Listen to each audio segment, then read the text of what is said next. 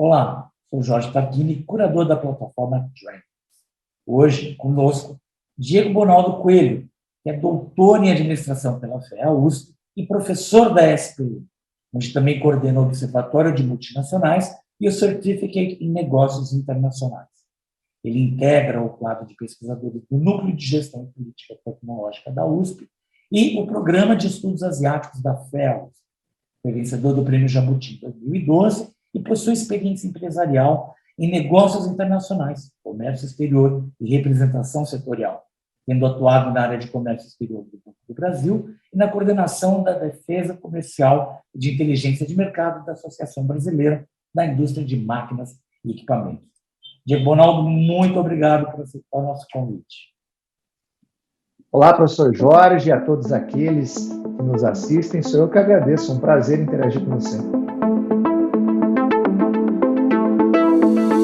As empresas brasileiras têm potencial e competitividade para iniciar movimentos de internacionalização? Não se trata, no limite, de uma questão de origem. Empresa brasileira, empresa chinesa, empresa norte-americana. Por quê? Qualquer empresa pode se internacionalizar, independentemente, inclusive, do seu porte. Uma grande determinante da internacionalização de uma empresa é a competitividade dessa empresa. Obviamente que algumas variáveis porta para fora da empresa, da sua economia de origem, da sua economia nacional, elas vão influenciar um pouco. Então vamos pensar o Brasil.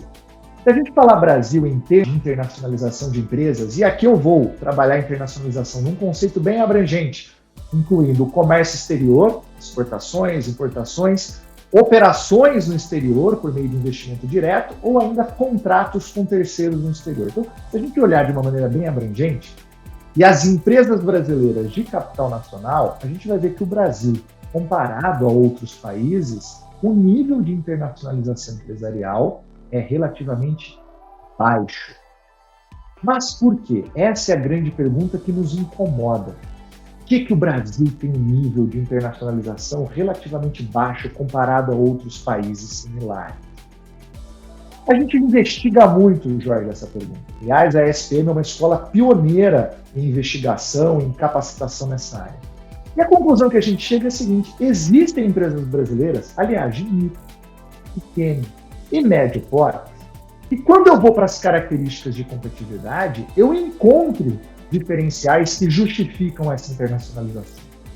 Mas essas empresas não se internacionalizam. Por quê? E aí que nós começamos a identificar o seguinte: elas não se internacionalizam porque a mentalidade empresarial das lideranças dessas empresas, elas não se colocam essa possibilidade. Brincando aqui, aliás, com um jargão ou um neologismo que nós temos na literatura brasileira, o Brasil ainda é muito ensimesmado, a gente é muito voltado para dentro.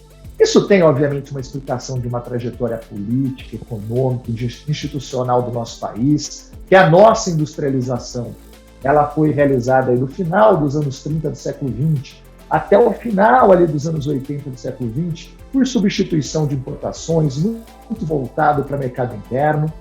E isso volta todo o nosso empresário a pensar o Brasil, a partir do Brasil, para o Brasil. Só que a questão é a seguinte: está mais do que na hora, Jorge, de a gente romper com isso, da gente ter uma nova mentalidade, que é essa mentalidade global. Então, existe espaço para a internacionalização de empresas brasileiras?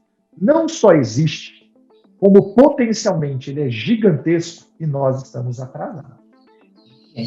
Aí eu te pergunto, então, que tipo de conhecimento, que tipo de experiência precisa ser desenvolvido para que essas empresas que têm potencial, sendo micro, pequenas, médias ou grandes empresas, que tipo de conhecimento e expertise os profissionais e as empresas precisam para chegar lá, para conseguir abrir as portas da internacionalização?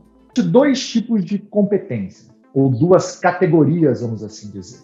Tá? Nós temos um conjunto de competências comportamentais pertinentes às lideranças executivas dessas empresas. Afinal de contas, é muito importante que a gente pense o seguinte: uma empresa, tá? Ela é uma estrutura burocrática, organizada para alocar e transformar recursos em um valor que é ofertado à sociedade, seja na indústria por meio de produtos, de serviços ou agro. A empresa não toma decisão sozinha, ela não surge no éter, ela não tem uma estratégia elaborada a partir do nada. Lideranças executivas tomam essa decisão. Tá? Então, o que acontece? A mentalidade desses indivíduos que têm um papel de liderança executiva, os empresários, as empresárias, executivos e executivos, para que eles tragam essa agenda da internacionalização, eles precisam ter uma mentalidade global. Existe uma perspectiva comportamental envolvida. Ou seja, o empresariado brasileiro tem que entender que a empresa dele está no mundo, pode se beneficiar dele, e que o mundo é um cenário fabuloso para negócios. O Brasil, particularmente, vai ter mais ou menos ou as mesmas dificuldades que qualquer outro país para voltar a flexibilizar esse comércio internacional? O que eu acho que vai acontecer? Para muitos, aliás, que já têm essa mentalidade global, esses empresários e empresárias aceleraram a sua internacionalização na pandemia. Por quê?